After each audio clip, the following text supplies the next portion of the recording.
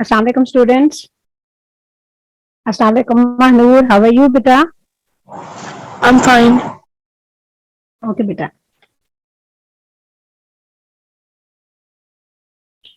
हम स्टार्ट करते हैं बेटा। स्टूडेंट्स हमें ज्वाइन करते रहेंगे।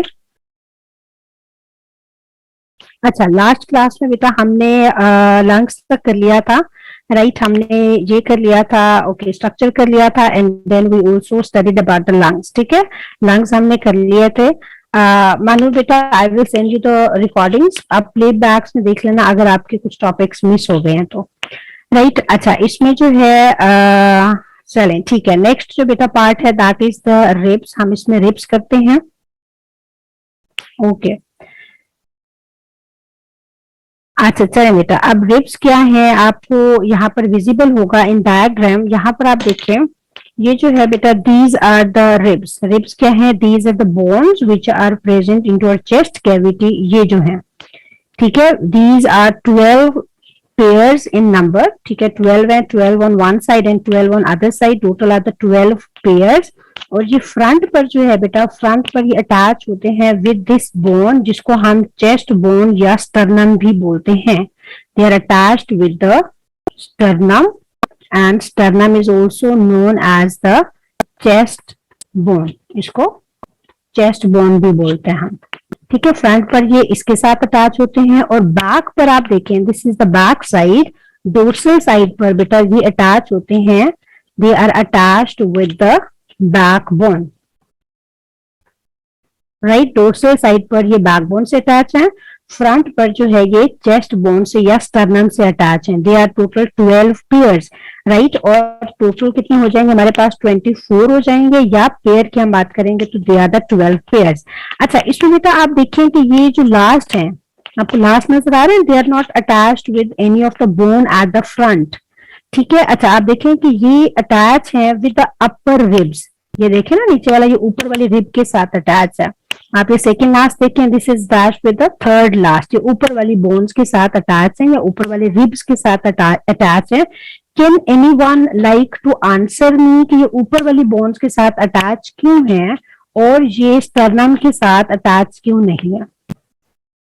कोई बेटा ट्राई करें, ठीक है। Then I will let you know what is the reason, but आप मुझे यहाँ पे बताएं कि ये ऊपर चेस्ट बोन के साथ अटैच क्यों नहीं है and why they are attached with the ribs of the, या why they are attached with the upper rib.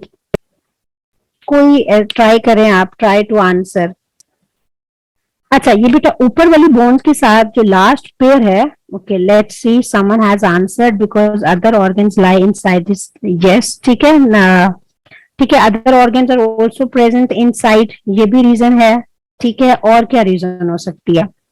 अच्छा, अब मैं आपको बता देती हूँ, इसमें बेटा जो लास्ट है, आप देखें लास्ट जो है ये ऊपर वाली बोन्स के साथ अटैच है, और ये जो लास्ट बोन्स हैं, लास्ट टू बोन्स, ठीक है, लास्ट टू रिब्स जो है, इनको हम बोलते हैं floating ribs. These are the floating ribs, या हम इनको फ्री रिब्स भी बोलते हैं। दीज आर फ्री और फ्लोटिंग, फ्लोट कर रहे हैं, सिंपल, ठीक है। अच्छा, अब हम इनको फ्री एंड फ्लोटिंग रिब्स क्यों बोलते हैं? बिकॉज एक तो ये ऊपर अटैच है, फ्री है, they are not attached with sternum, they are not attached with sternum. और इसका रीजन क्या है? रीजन ये है कि बेटा इन्होंने कॉन्ट्रैक्ट करना है एंड रिलैक्स करना है, इसके साथ जो मसल्स अटैच हैं उन्होंने, ठीक है। तो जब वो मसल्स कॉन्ट्रैक्ट तो रिलैक्स करेंगे तो इन्होंने क्या करना है? चेस्ट कैविटी का एरिया इंक्रीज करना है और डिक्रीज करना है। अगर ये फ्रंट से भी स्टर्नम के साथ परमानेंटली अटैच हो जाएं तो उसमें क्या हो जाएगा? ये बेटा फिक्स हो जाएंगे and they won't be able to increase the area of the thoracic cavity. ये जो चेस्ट कैविटी है, ठीक है, यहाँ का एरिया इंक्रीज नहीं होगा, which will not help in taking in air and exhaling out air. So these are the free and the floating ribs, ये फ्लोटिंग रिब्स हैं, ठीक है। अच्छा, इसके साथ ये सारी ही रिब्स, ये फ्लोटिंग रिब्स भी इसके साथ ही ऐड होंगी when they are attached to the upper ribs। आप देखिए ना, यहाँ पर भी अटैच हैं, यहाँ पर भी अटैच हैं, ये वाले जितनी भी हैं, लास्ट ये 4 हम इसमें काउंट करते हैं, लास्ट जो 4 है, 1 2 3 एंड 4, ठीक है। लास्ट 4 को हम फोल्स रिब्स भी बोलते हैं। अच्छा, फोल्स वो रिब्स हैं बेटा which are attached to the upper rib. ये देखिए ना आप, ये वाला ऊपर वाली रिब के साथ अटैच है। This second last is attached with the third last. तो लास्ट जो 4 है इनको हम फॉल्स रिब्स भी बोलते हैं because they are not attached with the sternum. ये किसके साथ अटैच है? They are attached with the upper rib. अच्छा, इन 4 में से जो लास्ट 2 हैं they are also known as the free and the floating ribs. इसका रीजन ये है कि they increase the surface area of the thoracic cavity. ठीक है, यहां तक बेटा कोई इशू? अभी हमने अभी ही स्टार्ट किया है जिन्होंने हमें ज्वाइन किया है। ठीक है, रिब्स के बारे में हमने पढ़ा है। रिब्स जो है दे आर 12 पेयर है। They are 12 pair in number. Total जो है दे आर 24। ठीक है, इसमें से मैंने आपको बताया है कि जो लास्ट हैं, लास्ट जो 2 हैं, जो लास्ट 4 हैं, ठीक है, उनको हम फॉल्स रिब्स बोलते हैं because they are not directly attached to the sternum. और उन 4 में से जो लास्ट 2 हैं उनको हम फ्लोटिंग रिब्स या फ्री रिब्स बोलते हैं because they increase the surface area of the thoracic cavity and they are also one of those 2 of those 4 ribs which are not attached to the sternum, right? चले, अब again there is another picture of the sling बेटा। this is respiration। ठीक है, जो respiration हमने start किया हुआ है ये वो है। इसको जो है आप देखें, अगर कोई इश्यू है तो you can ask me right now. अच्छा, इसका जो पीछे प्लेबैक्स हैं वो मैं आपके साथ शेयर कर दूंगी, आप उसमें देख लीजिएगा अगर आपका कोई लेक्चर मिस हुआ है तो। ठीक है, and also ask please Zara to take the class. ठीक है, और ask her to sit with you and you both can take the class at the same time. अच्छा, अब बेटा इसमें आप देखें जो इम्पोर्टेंट चीज है, ओके, इसमें बेटा जो इम्पोर्टेंट चीज है कि ये जो बोन्स होती हैं, बोन्स के बीच में आप देखें तो देयर आर मसल्स प्रेजेंट। ये बोन्स ऐसे फ्री नहीं होती, they are attach to our body या ये मसल्स के साथ अटैच होती हैं। तो अब there are 2 types of muscles जो इम्पोर्टेंट हैं। ठीक है, अभी मैं आपसे आगे पूछूंगी, आपने आंसर करना है। आप ये देखिए, ये आपको मसल्स नजर आ रहे हैं। अच्छा, जैसे आप एक सिलेंडर चीज बनाते हैं, ठीक है, सिलेंडर, अच्छा ये देखें, दीज आर द 2 सिलेंडर्स। इसमें आप देखें कि जो इनसाइड प्रेजेंट हैं these are the internal intercostal muscles. ठीक है, जो यहाँ पर आप देखें ये वाले जो हैं these are darker red in colour. These are the internal intercostal muscles, right. अच्छा, इसी तरह आप देखें कि इंटरनल और यही आपको नजर आ रहे हैं external intercostal muscles. Internal and external intercostal muscles help in attaching the ribs। ठीक है, रिब्स को जो है इनके बीच में प्रेजेंट होते हैं। आप देखें ये आपस में रिब्स को भी ज्वाइन करते हैं और रिब्स को जो है विद स्टर्नम एंड रिब्स को जो है विद बैकबोन भी ज्वाइन करते हैं। अच्छा, इसके अलावा यहाँ पर अगर हमने इसको मजीद देखना हो तो आपने मुझे बताना है आर दीज अंडरस्टूड और नॉट। जैसे बेटा हम हमने एक सिलेंडर ड्रॉ किया, ठीक है, फॉर एग्जांपल ये रिब है। तो आप देखिए रिब की बेटा सिलेंडर की जो है ब्रॉड है, तो ये 2 साइड होती हैं, ये वाली साइड भी है, ठीक है, और एक ये वाली साइड भी है। इधर भी हम 3 डायमेंशनल, चले अंदर को हम ड्रॉ कर लेते हैं, एक ये वाली साइड भी है, ठीक है। तो ये भी मसल्स हैं, राइट, और ये भी मसल्स हैं, ठीक है। ये जो है 2 टाइप्स के मसल्स हैं, एक ये वाले भी हैं, ठीक है, और एक ये वाले भी हैं।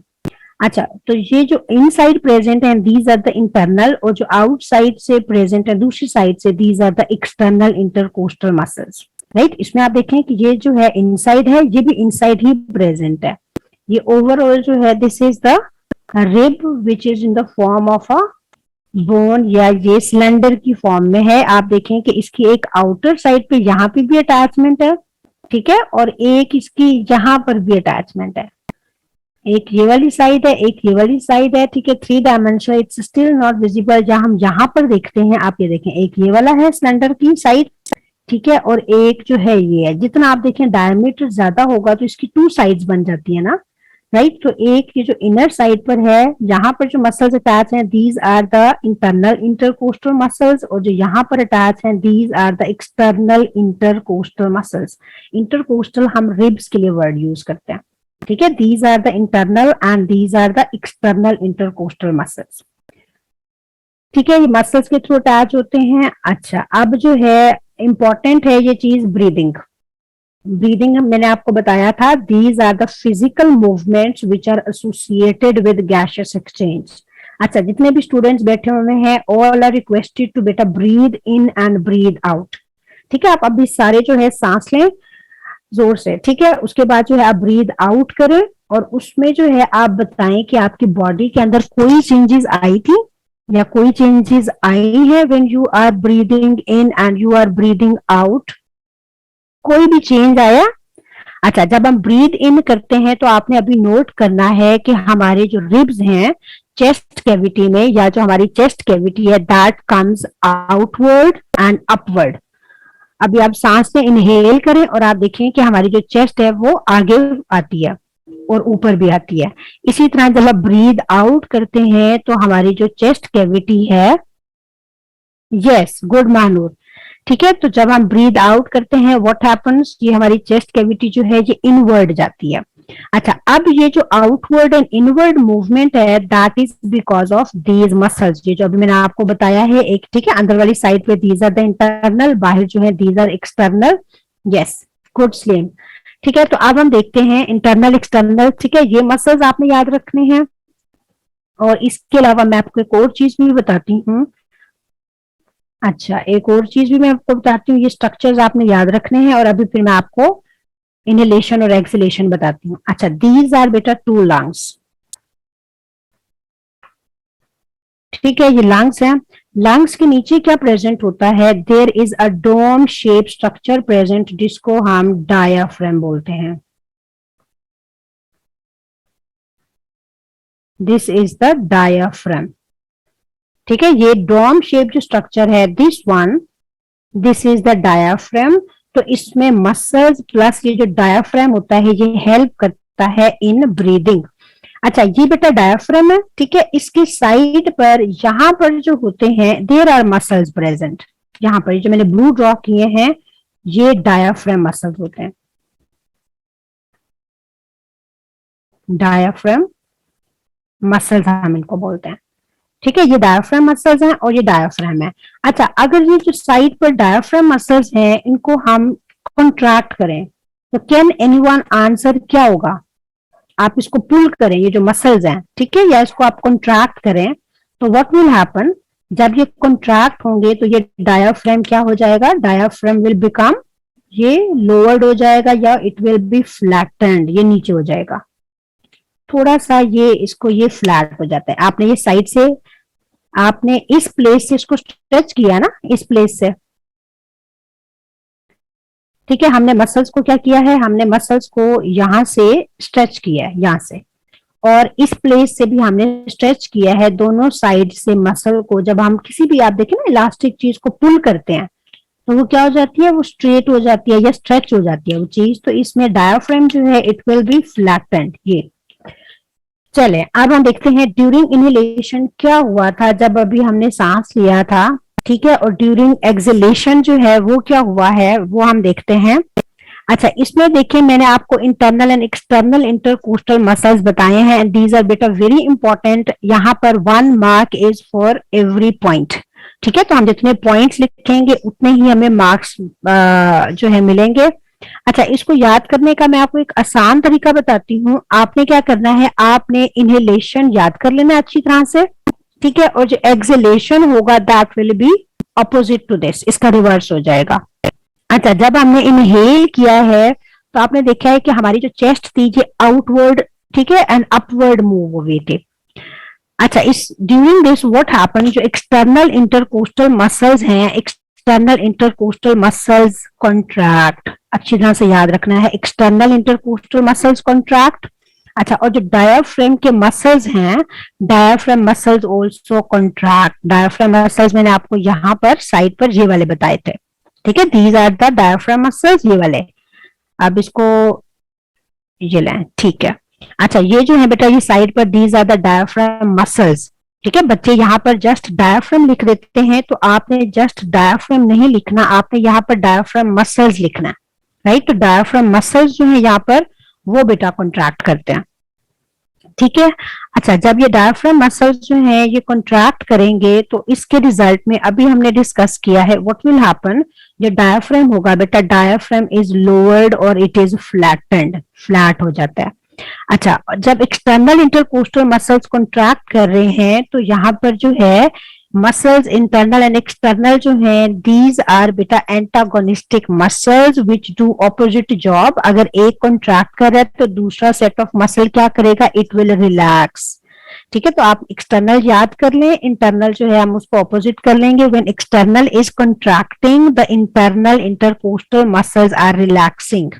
ठीक है, ये कॉन्ट्रैक्ट कर रहा है, ये रिलैक्स कर रहा है, और इसके साथ साथ जो डायाफ्राम के मसल्स हैं वो भी कॉन्ट्रैक्ट कर रहे हैं। अच्छा, डायाफ्राम क्या हो रहा है, डायाफ्राम इज बीइंग फ्लैटेंड और लोअर्ड, ये आपने लिखना है।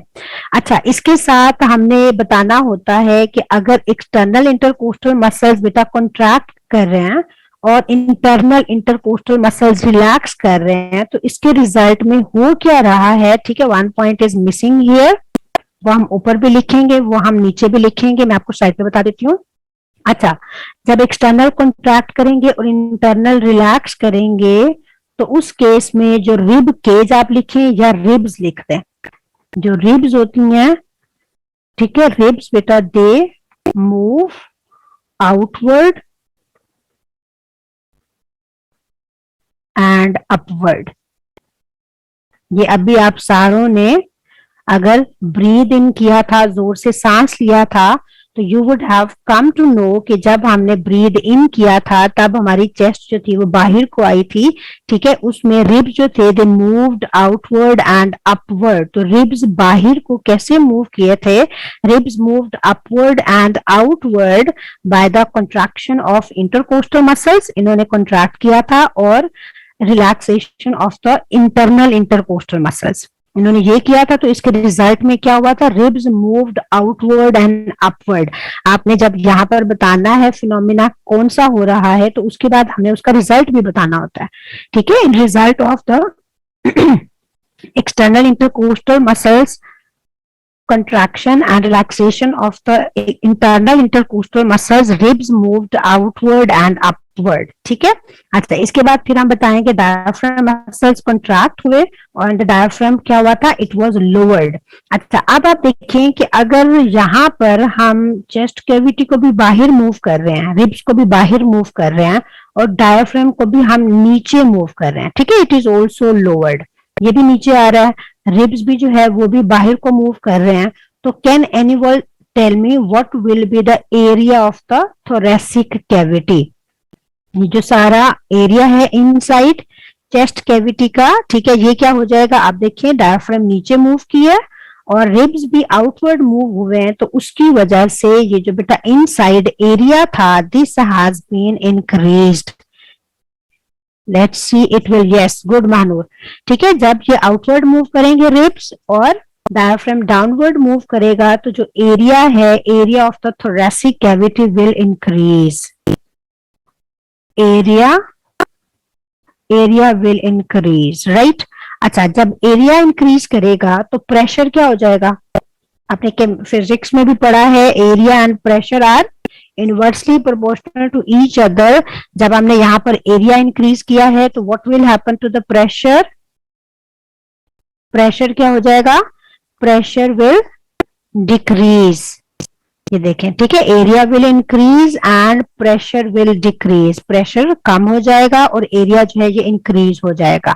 अच्छा, जब प्रेशर इनसाइड कम हो गया है, तो इसको इक्वलाइज करने के लिए जो गैसेस हैं या एयर है from outside, that will move inside the lungs, it will move from high pressure to low pressure. Inside pressure कम हो गया है, आउटसाइड जो है there is more pressure, so air will move from outside to inside. ठीक है, by the process of diffusion, हमें process भी मेंशन करना है, इंटरनल इंटरकोस्टल मसल्स मेंशन करने हैं, एक्सटर्नल करना है, इनके रिजल्ट में जो मूवमेंट्स हो रही हैं बॉडी में वो हमने मेंशन करनी है। ठीक है, तो इसमें आप देखें, एक नंबर हमें इसका मिलेगा, एक जो है हमें एक्सटर्नल इंटरकोस्टल मसल्स का मिलता है, एक जो है मार्किंग हम कर लेते हैं, एक जो है हमें रिब्स की मूवमेंट का मिलता है, ठीक है। उसके बाद एक हमें डायफ्राम के मसल्स और फ्लैटनिंग ऑफ मसल्स इसका मिलता है फोर्थ, ठीक है। This will be the fourth point. Area and pressure का हमें एक नंबर मिलता है, फिफ्थ पॉइंट, एंड उसमें जो है movement of air by the process of diffusion, ठीक है। We also have to mention the diffusion, this is very important. Diffusion, ठीक है, it gives us another sixth mark. इस तरह जो है वो मार्किंग होती है और हमारे मार्क्स जो है वो इंक्रीज होते जाते हैं। अच्छा, अब जब हम एक्सहेल करते हैं तो इसका टोटली ऑपोजिट हो जाता है। इसमें जो है मैंने आपको कहा था कि आपने याद रखना है external intercostal muscles contract, because बेटा ये आपसे पूछे जाएंगे इन पेपर 1, ठीक है। Different columns you will have to answer कि during inhalation external is contracting और इंटरनल इज रिलैक्सिंग, ये हो गया। अच्छा, सेकंड जो है exhalation, that is the giving out और टेकिंग आउट ऑफ एयर, ठीक है। इसको हम एक्सपायरेशन भी बोलते हैं। एक्सहेलेशन और expiration and taking in of air is known as inspiration and inhalation. इसमें क्या होगा, इसमें बेटा जो इंटरनल इंटरकोस्टल मसल्स हैं वो कॉन्ट्रैक्ट करते हैं। यहाँ पर आप देखें internal intercostal muscles were relaxing, यहाँ पर internal intercostal muscles are contracting. अच्छा, एक्सटर्नल यहाँ पे क्या करेंगे, रिलैक्स करेंगे, ऑपोजिट वर्क करेंगे। अच्छा, इसके रिजल्ट में होगा क्या, इसके रिजल्ट में जो रिब्स हैं, ribs they will move inward, ठीक है। बस इनवर्ड हम लिख लेते हैं या डाउनवर्ड भी मूव करते हैं, ठीक है, inward and downward. They will move inward and downward, इसका रिजल्ट, ठीक है, ये भी हम लिखेंगे for the third mark. Diaphragm में अगेन यहाँ पर भी ऑपोजिट होगा, जो डायफ्राम मसल्स हैं they will relax this time. पहले क्या हुए थे, they were contracting, now they will relax, और रिलैक्स की वजह से again they will become dome shape. आप देखें कि डायफ्राम जो नीचे आया था it has again moved back to its original place, यहाँ पर आप देखें दोबारा डोम शेप हो गया। अच्छा, जब ये भी इनवर्ड मूव कर रहे हैं, रिब्स डायफ्राम भी अपवर्ड मूव कर रहा है तो उसके डोम शेप हो रहा है, इसके रिजल्ट में what will happen, the area of the thoracic cavity will decrease, area कम हो जाएगा, and the pressure in the lungs will increase, pressure जो है ये इंक्रीज हो जाएगा, राइट। अच्छा, और इसको जो है जब प्रेशर इनसाइड ज्यादा हो जाएगा तो इसको इक्वलाइज करने के लिए what will happen, the air will move out of the lungs, air जो है वो बाहर मूव कर जाएगी, राइट। ठीक है, यहां तक बेटा कोई कंफ्यूजन, एनी प्रॉब्लम बेटा? ठीक है, आज हमने मैकेनिज्म ऑफ ब्रीदिंग किया है और ये this is very important, long में भी अभी आएगा, हम क्वेश्चन सॉल्व करेंगे और शॉर्ट में भी आएगा इसको। अच्छा, if any one of you wants to take the screenshot तो आप इसका स्क्रीनशॉट भी ले सकते हैं एज अ नोट्स, और इसमें एक जो है आप मूवमेंट ऑफ चेस्ट कैविटी जो है वो आप इसमें ऐड कर लीजिएगा as a result of contraction of external and internal intercostal muscles. ठीक है, अच्छा अब हम चलते हैं नीचे। These are the different pictures where you can see exhalation में जो एरिया जो है दैट हैज बीन रिड्यूस्ड, और आप इनहेलेशन में देखें area is increased, there is more area, यहाँ पर लेस एरिया है, तो pressure will be opposite to area. अच्छा, again these are the different pictures, one is I guess sufficient. अच्छा, ये भी बेटा आपने करना है, इसमें बच्चों को कंपैरिजन पूछा जाता है या डिफरेंस पूछा जाता है बिटवीन इंस्पायर्ड एंड, ठीक है, between inspired and expired air. तो बच्चे क्या करते हैं, बच्चे कंफ्यूज हो के उसमें बेटा मैकेनिज्म को लिख देते हैं कि internal relax, external intercostal muscles will contract, ठीक है। तो when they are asking about the air, ठीक है, comparison of inspired and expired air, तो हमने ये लिखना होता है। अच्छा, इसमें जो है जो बेटा हम इनहेल कर रहे होते हैं एयर, इसकी जो ऑक्सीजन कंटेंट है दैट इज 21%, और जो हम एक्सहेल करते हैं उसका ऑक्सीजन कंटेंट जो है दैट इज 16%। तो there is only difference of 5%।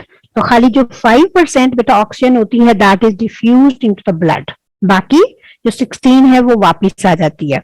Carbon dioxide atmospheric that is 0.03 and if you find in some books 0.04 वो भी बेटा ठीक है. ठीक है, 0.03 is present in inspired air and expired air में this is 4. ठीक है, because when we are inspiring तो उसमें जो ऑक्सीजन एंटर होती है into body that is used for the oxidation of glucose और फॉर रेस्पिरेशन, और रेस्पिरेशन के रिजल्ट में carbon dioxide is produced. So that carbon dioxide, so the carbon dioxide has high percentage in the expired air. Nitrogen आप देखिए 78 और expired air में भी it is 78. Water vapours जो है ये बेटा वेरी करते हैं, depends on the temperature. Sometimes जो टेम्परेचर है दैट कैन बी ड्राई. ठीक है, ड्राई है तो इसका मतलब है कि उसमें वाटर वेपर जो है वो कम है. गर्मियों में भी तो हम इनहेल करते हैं ना. इसके अलावा आप देखें कि अगर जो है ह्यूमिड एयर है तो ह्यूमिड एयर में वाटर वेपर का जो कंटेंट है दैट विल बी मोर. तो ये वेरी करता है. ठीक है, so it can be variable, but जो हम एक्सहेल करते हैं एयर उसमें इट इज ऑलमोस्ट सैचुरेटेड. ठीक है, अच्छा इसका आप मैं आपको अभी इसके एक एग्जांपल देती हूँ. जब समटाइम्स हमने सेल फोन क्लीन करना होता है या मिरर क्लीन करना होता है, ठीक है, तो आप देखें हम एक्सहेल करते हैं तो उसमें वाटर वेपर्स आते हैं ना. ठीक है, तो हम जो ग्लासेस भी आपने देखा होगा लोगों को कि वो क्लीन करते हैं और उसके ऊपर एक्सहेल्ड एयर जो है वो उसके ऊपर क्या करवाते हैं. ठीक है, एक्सहेल्ड एयर जो है वो उसके ऊपर फॉल करते हैं, उसको क्लीन करते हैं. तो उसमें आप देखें water vapours are present in the expired air. Next जो है टेम्परेचर. अगेन टेम्परेचर जो है बेटा दैट इज ऑल्सो वेरिएबल. ये भी डिपेंड करता है कि हम विंटर में भी इनहेल कर रहे होते हैं एयर और हम जो है इसको समर में भी इनहेल कर रहे होते हैं. राइट, तो विंटर और समर का जो टेम्परेचर है दैट इज डिफरेंट. बट ये जब एंटर होता है व्हेन इट इज एक्सपायर्ड, ठीक है, जो air is expired its temperature is equal to that of the body temperature here. अच्छा, जब बेटा हम इनहेल भी करते हैं तो हमने स्टार्टिंग में पढ़ा था mucus and hair are present into a nose which help in maintaining the temperature of the inspired air और inhaled air equal to that of our body temperature. ठीक है, और रीजन भी मैंने आपको उसका बताया था. इसका रीजन जो है that is it can denature the enzymes. तो इसलिए उसको डिनेचरेशन से बचाने के लिए temperature is maintained equal to that of the body temperature.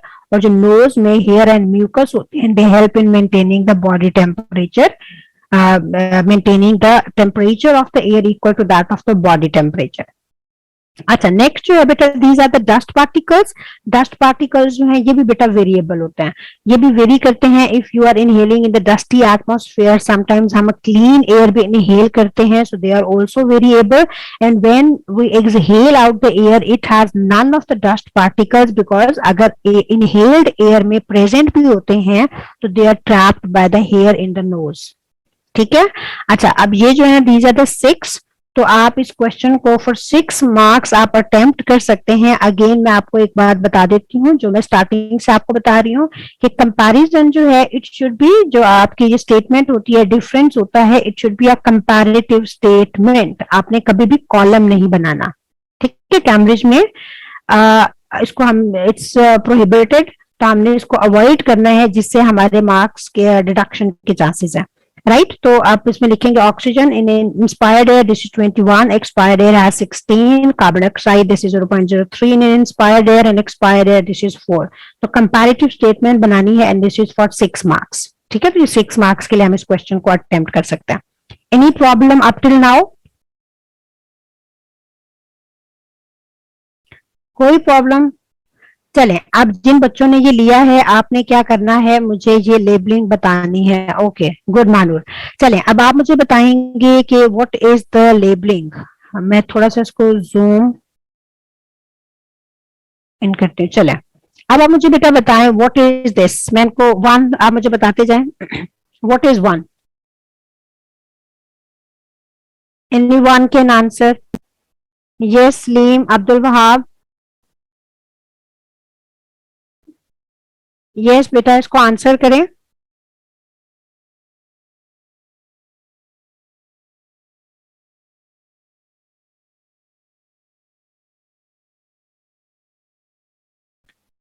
अच्छा चले, वन जो है बेटा दिस इज नेजल कैविटी, आप इसको लेबल कर सकते हैं या इसको आप नोज भी लेबल कर सकते हैं. One is the nasal cavity और नोज, दिस वन. अच्छा सेकंड जो है, सेकंड आप देखें, this is your oral cavity या माउथ. ओके अच्छा नीचे आप आए, दिस इज सेवंथ. सेवंथ बताएं, सेवंथ क्या स्ट्रक्चर है? सेवंथ इज, अच्छा वन जो है बेटा, one is the nasal cavity, this is nasal cavity. Okay two जो है बेटा, दिस इज ओरल कैविटी.